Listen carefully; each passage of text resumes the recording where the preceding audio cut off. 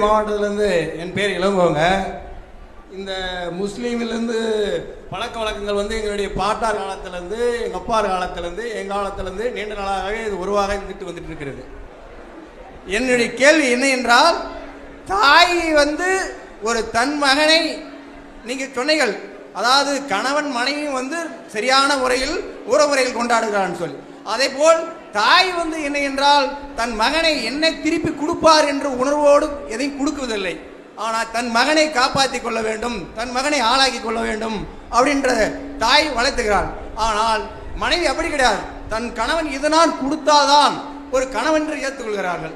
ஆனால் தாய் அப்படி கிடையாது. தன் மகனை வளர்த்துவதற்கு மிக முயற்சியாக வளர்த்துகிறார்கள். ஆனால் அந்த மகன் தாயை மகன் கண்டிப்பாக விரும்புவதும் இல்லை, அந்த தாயை வளர்த்துவதில்லை, தாய் கொடுத்ததில்லை.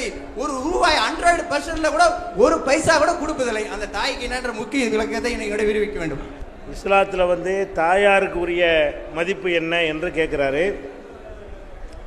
நபிகள் நாயகம் அவங்கள்ட்ட ஒருத்தர் கேட்குறாரு, மனிதர்களிலேயே நான் ரொம்ப உதவ வேண்டிய கடமைப்பட்ட ஆள் யாரு, நான் யாருக்கு ரொம்ப உதவணும், நான் ரொம்ப யாரை கவனிக்கணும் என்று கேட்கிறார். அப்போ நபிகள் நாயகம் சொல்கிறார்கள், உன்னுடைய தாய். அப்போ அவர் கேட்குறாரு, அடுத்து யாரு? தாயை கவனிச்சுக்கிறேன், அடுத்து நான் யாரை கவனிக்கணும்? அப்போ நபிகள் நாயகம் சொல்கிறாங்க, உன்னுடைய தாய்ங்கிறாங்க. மூணாவது கேட்குறாரு, நான் அடுத்து யாரு? தாய் தான் சரிதான், அடுத்து யாரு?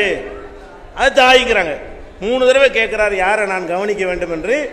தாய் தாய் என்று 3 தடவையும் சொல்கிறார்கள். 4வது தடவை கேட்கும்போது இவன் தகப்பேன், அடுத்து நீ கவனிக்க வேண்டியாலும் தகப்பங்கிறாங்க. அப்போ இந்த தாய் என்பது பெத்த தகப்பனை விட 3 மடங்கு, 2வது கிடையாது, தாய்க்கு அடுத்து எதுவுமே கிடையாதுங்கிற அளவில் அவ்வளோ ஒரு மரியாதையாக கொடுக்கப்பட்ட ஒரு அந்தஸ்து அவங்களுக்கு இருக்கிறது.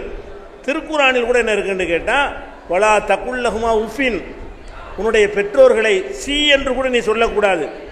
வலா தன்ஹர்ஹுமா, அவங்கள விரட்டக்கூடாது. வகுல்லஹுமா கவுலம் ஆரூஃபா, கண்ணியமான முறையில் தான் தாய் இருந்துட்டு பேச வேண்டும் என்றெல்லாம் எங்கள் மார்க்கத்தில் சொல்லப்பட்டிருக்கிறது.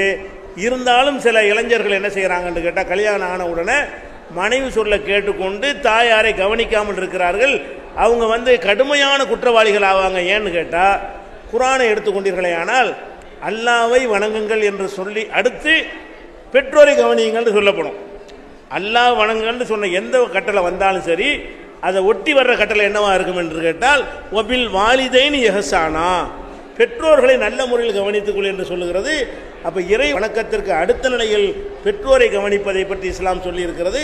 அதை புரிந்து மக்கள்லாம் நடந்து கொள்ள வேண்டும்.